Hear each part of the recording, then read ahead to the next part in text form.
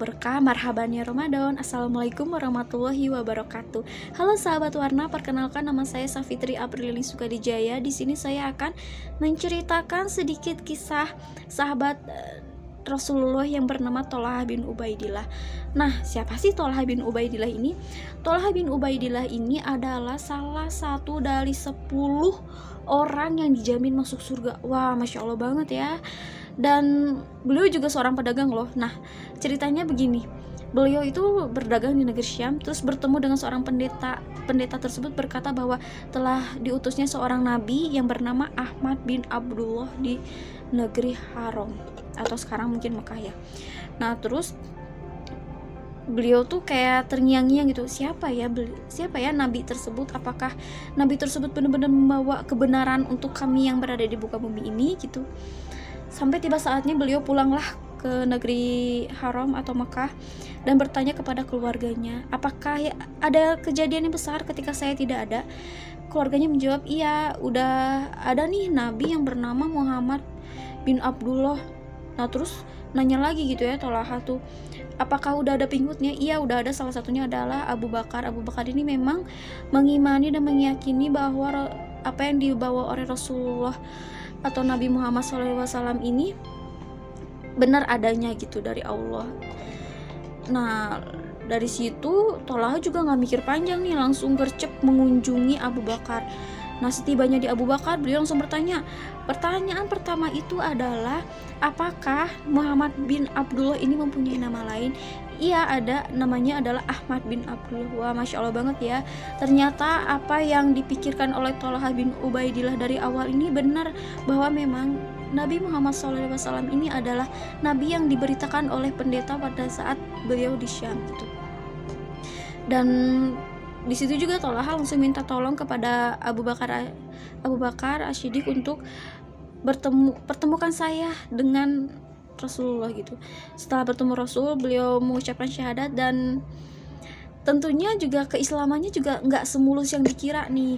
Beliau juga dari yang lembut gitu, keluarganya membujuk agar hayu kembali lagi ke agama nenek moyang, tetapi ternyata memang Thalaqah bin Ubaidillah ini memiliki pendirian yang teguh dan kokoh gitu.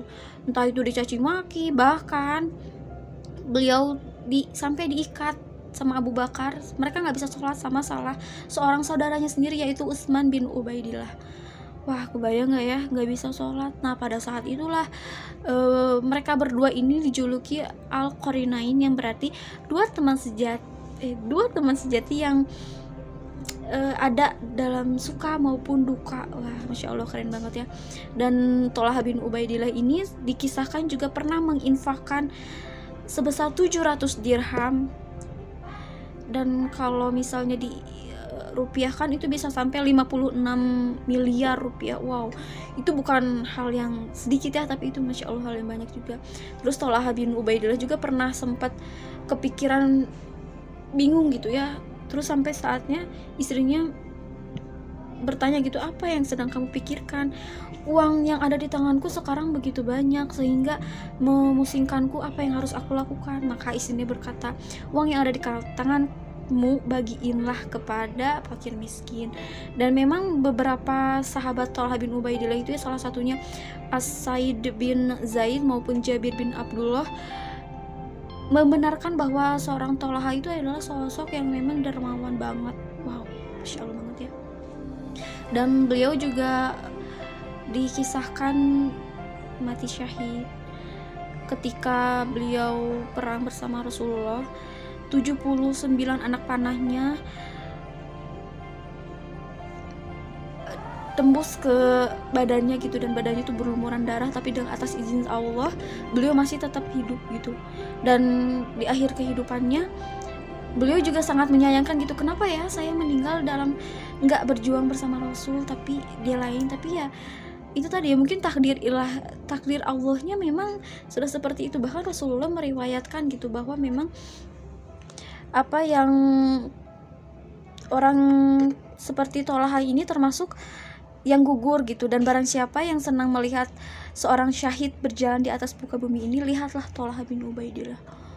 Masya Allah ya, keren banget seorang Thalaqah ini. Dan apa sih yang kita petik dari seorang Thalha bin Ubaidillah ini gitu? Yang pertama, kedermawanannya gitu. Bahkan beliau juga disebut sebagai konduktor harta. Wah, masya Allah banget ya. Terus juga dengan pendirian teguhnya terhadap Islam gitu, semangat juangnya bahwa memang never give up, jangan pernah menyerah, karena memang pertolongan tetap ada di Allah gitu ya. Mungkin sekian yang bisa aku sampaikan gitu, mudah-mudahan bisa bisa mengambil hikmah dan tauladan dari seorang Thalha bin Ubaidillah ini. Assalamualaikum warahmatullahi wabarakatuh.